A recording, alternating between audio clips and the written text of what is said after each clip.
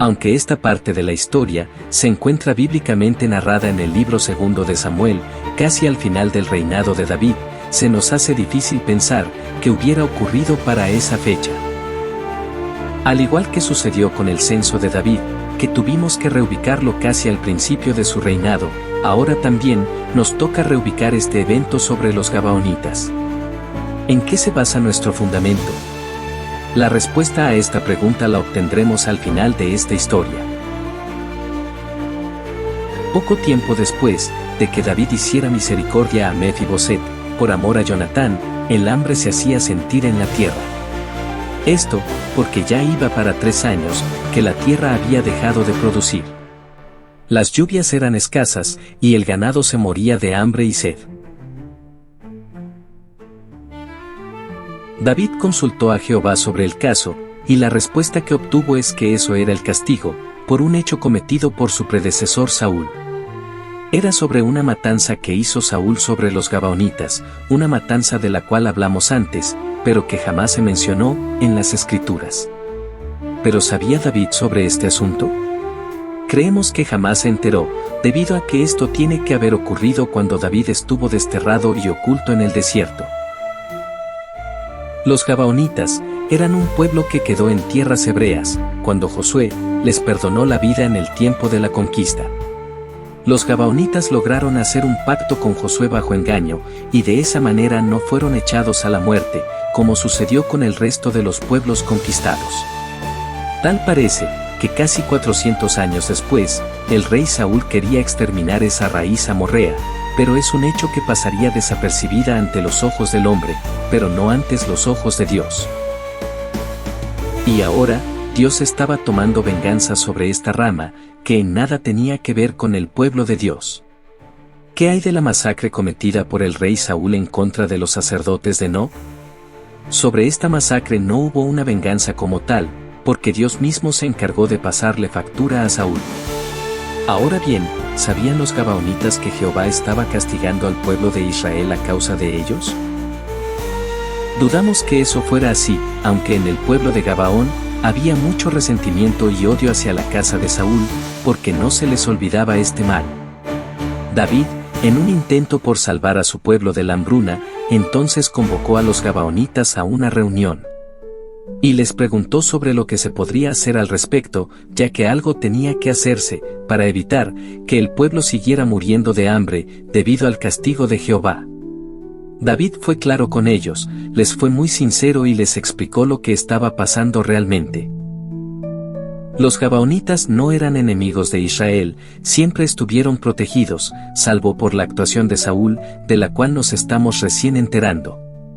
Los gabaonitas le hicieron el siguiente pedido al rey David. Dénsenos 7 varones de sus hijos, para que los ahorquemos delante de Jehová en Gabaa de Saúl, el escogido de Jehová. Y el rey dijo, yo los daré. David sabía perfectamente que de Saúl solo quedaban 8 descendientes varones, los 2 hijos de Rispa, los 5 hijos de Merab y Mefiboset. Solo uno de ellos se podía salvar. ¿A quién le iba a perdonar la vida David? Y perdonó el rey a Mefiboset, hijo de Jonatán, hijo de Saúl, por el juramento de Jehová que hubo entre ellos, entre David y Jonatán, hijo de Saúl. David sabía perfectamente que de Saúl solo quedaban 8 descendientes varones, los 2 hijos de Rispa, los 5 hijos de Merab y Mefiboset. Solo uno de ellos se podía salvar. ¿A quién le iba a perdonar la vida David? Y perdonó el rey a Mefiboset, hijo de Jonatán, hijo de Saúl, por el juramento de Jehová que hubo entre ellos, entre David y Jonatán, hijo de Saúl. Si David no hacía mucho, había adoptado prácticamente en su casa a Mefiboset, y le había entregado todas las propiedades del rey Saúl. Era lógico que le dejara vivir. Pero prestemos atención en lo siguiente. Pero tomó el rey a 2 hijos de Rispa, hija de Aja, los cuales ella había tenido de Saúl, Armoni y Mefiboset. Y a 5 hijos de Mical, hija de Saúl, los cuales ella había tenido de Adriel, hijo de Barzilai Meholatita. Aquí se habla de los 7 descendientes de la casa de Saúl, que David escogió para el sacrificio de los gabaonitas. Armoni y Mefiboset, hijos que tuvo Saúl con Rispa.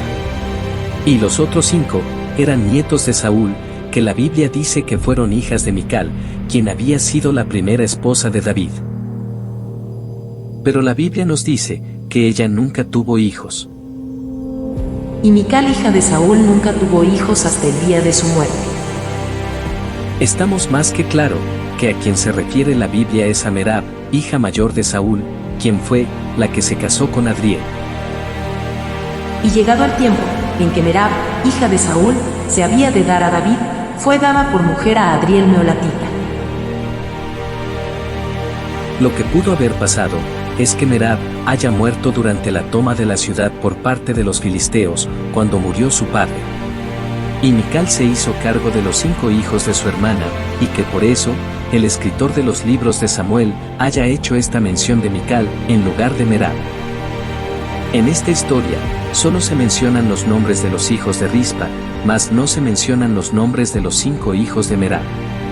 Estos fueron buscados y entregados en manos de los gabaonitas, quienes se los llevaron hasta Gabaa, ciudad natal de Saúl, donde fueron ahorcados en un monte.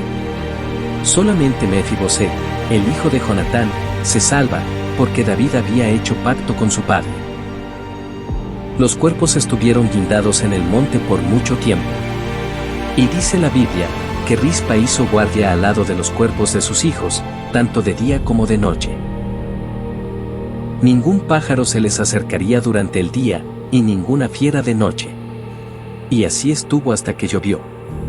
Ella estaba tendida sobre una peña, y los rumores sobre lo que hacía aquella mujer llena de dolor por la pérdida de sus hijos, llegaron hasta los oídos de David. El rey, sintiendo compasión por Rispa, mandó a retirar los cuerpos ahorcados de los 7 sacrificados, y además, también envió por los cuerpos de Saúl y Jonatán, que estaban en Jabes de Galaad. Y los trajo a tierras de Benjamín, y fueron sepultados en el sepulcro de Cis, quien fuera el padre del rey Saúl.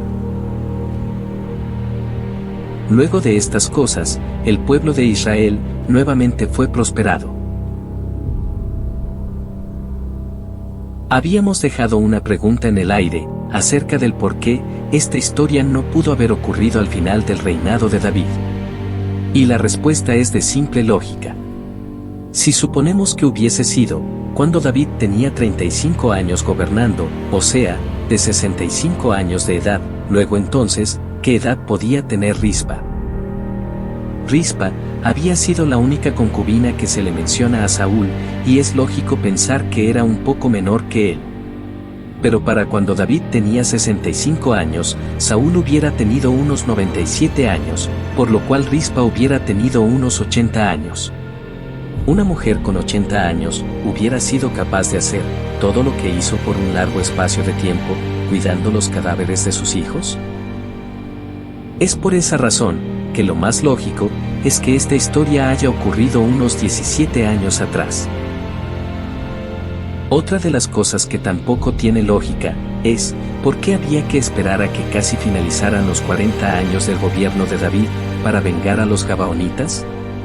Por eso creemos, y sin temor a equivocarnos, que este evento tuvo que ocurrir antes de la mitad del gobierno del rey David. Luego que David ya hubiera ganado muchas batallas, estuvo un tiempo de reposo. Aunque todavía quedaba una cuenta pendiente con Hanún, el rey de Amón. David se sentía bien en su casa, la ciudad de David, pero sentía un grado de incomodidad, porque consideraba que el arca no estaba en el sitio más indicado. Aconteció que cuando ya el rey habitaba en su casa, después que Jehová le había dado reposo de todos sus enemigos en derredor, dijo el rey al profeta Natán: Mira ahora, yo habito en casa de cedro, y el arca de Dios está entre cortinas. Así que, se estuvo en mente el crear un edificio exclusivo para colocar el arca. Algo digno de Jehová, en gratitud por todas las bendiciones recibidas por parte de su Dios.